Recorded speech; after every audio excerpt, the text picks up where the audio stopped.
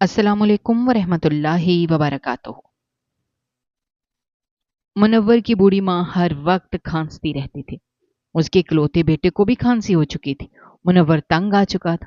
آخر کار ایک دن اس نے بوڑھی ماں کو بس میں بٹھایا، خود پانی لینے کے لیے اترا اور پھر واپس نہ آیا۔ بس چل پڑی، سب مسافر منزل پر جا کر اتر گئے۔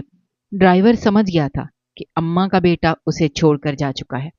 بس کا ڈرائیور بوڑھی اماں کو اپنے ساتھ اپنے گھر لے گیا، اپنے ہاتھوں سے کھانا کھلایا۔ تبھی اماں نے اپنی چادر کے کنارے سے گرہ کھولی اور ڈرائیور کو ایک وہ بوڑھی اماں بہت سادی سی لگ رہی تھی، بہت غریب سی۔ ایسا لگ رہا تھا کہ ان کے پاس کچھ بھی نہیں ہوگا۔ لیکن میرا مطالبہ سن کر تھوڑی حیران ہوئی تو اپنے دوپٹے کی گرہ سے ایسی چیز نکالی کہ میں سجدے میں گر گیا تھا۔ میری آنکھوں میں آنسو آ گئے تھے۔ میرا نام بلال ہے، میں ایک ادھیڑ عمر آدمی ہوں۔ میری زندگی عام سی تھی، مگر شادی کچھ دیر سے ہوئی تھی۔ میرے رشتہ دار اکثر کہا کرتے تھے کہ اب تو اس کی عمر نکل گئی ہے، اب شادی کا کیا فائدہ۔ مگر پھر بھی میری شادی ہو گئی اور میرے گھر میں خوشیوں نے قدم رکھا۔ وقت گزرتا گیا، میری 4 بیٹیاں ہوئیں جنہیں دیکھ کر میرا دل خوشی سے بھر جاتا تھا۔ لوگ طرح طرح کی باتیں کرتے تھے۔ کوئی کہتا اس کے نصیب میں بیٹا نہیں ہے، کوئی کہتا بیٹیوں والا بے آسرا ہوتا ہے۔ میری بیوی کو بھی اکثر طعنے سننے پڑتے تھے، مگر ہم دونوں کو ان سب باتوں سے کوئی فرق نہیں پڑتا تھا۔ ہماری بیٹیاں ہی ہماری دنیا تھی، ہم ان سے اپنی کائنات مکمل سمجھتے تھے۔ ان کے چہرے دیکھ کر ہمیں زندگی جینے کی خواہش ہوتی تھی۔ میں جب صبح گھر سے نکلتا تو وہ ہنستی کھیلتی تھیں، مگر جب رات کو لوٹتا تو سب سو چکی ہوتی۔ میں آہستہ سے دروازہ کھول کر اندر جاتا، ان کے سوتے چہرے دیکھتا تو میرا دل بھرا تھا اور میری ساری تھکن اتر جاتی۔ مجھے ایسا لگتا جیسے میں نے دن بھر جو محنت کی وہ سب انہی کے سکون کے لیے تھی۔ میں اپنی بیوی کو دیکھتا تو وہ مسکرا دیتی اور وہی مسکراہٹ میرے لیے دنیا کی سب سے قیمتی چیز تھی۔ میں ایک پرانی بس چلایا کرتا تھا۔ وہ بس اتنی پرانی تھی کہ اکثر راستے میں بند ہو جاتی تھی۔ اس میں نہ اچھے سیٹ تھے، نہ پنکھے ٹھیک طرح سے چلتے تھے، نہ کوئی خاص سہولت تھی، مگر مجبوری تھی، وہی ذریعہ روزگار تھی۔ انہی پہیوں پر میرے گھر کا چولہا جلتا تھا۔ پچھلے کچھ دنوں سے حالات اور بھی خراب تھے۔ اب مسافر کم آنے لگے تھے کیونکہ لوگ نئی کمپنی کی آرام دہ بسوں میں سفر کرنا پسند کرتے تھے، مگر پھر بھی میں اپنی بس کو چلاتا رہتا تھا۔ اس دن بھی رات کا سفر تھا، اندھیری رات اور لمبا راستہ، کل سفر 12 گھنٹے کا تھا۔ منزل صبح کے وقت آنی تھی، اس لیے بیشتر مسافروں نے اپنے ساتھ کھانے پینے کا سامان رکھا ہوا تھا۔ کوئی چائے کے تھرموس لایا تھا، کوئی بسکٹ اور پھل ساتھ لایا تھا۔ کچھ لوگوں نے تو کمبل بھی ساتھ رکھ لیے تھے کیونکہ سردی بڑھنے لگی تھی۔ بس میں آدھی سے زیادہ سیٹیں خالی تھیں۔ کچھ لوگ اونگ رہے تھے، کچھ اپنے بچوں کو سنبھال رہے تھے، کچھ موبائل پر باتوں میں مصروف تھے۔ کوئی اونچی آواز میں بات کرتا تو پوری بس گونج اٹھتی تھی۔ کبھی کسی بچے کے رونے کی آواز آتی تو کوئی بڑبڑانے لگتا کہ یہ لوگ بچوں کو لے کر کیوں نکل پڑتے ہیں۔ کچھ لوگ خاموشی سے کھڑکی سے باہر اندھیری سڑک کو دیکھ رہے تھے، جس کے کنارے کبھی کبھار کسی چھوٹے گاؤں کی مدھم روشنی نظر آ جاتی تھی۔ اسی بس میں ایک بوڑھی خاتون بھی بیٹھی تھی۔ ان کے چہرے پر جھریاں تھیں، ہاتھ کانپ رہے تھے۔ ان کے ساتھ ایک درمیانی عمر کا آدمی بیٹھا تھا، شاید ان کا بیٹا تھا وہ۔ دونوں مسلسل کھانس رہے تھے، خاص طور پر عورت کی حالت کافی بگڑی ہوئی لگ رہی تھی۔ ان کی کھانسی مسلسل چل رہی تھی، جیسے سینے سے سانس کھینچنے میں تکلیف ہو رہی ہو۔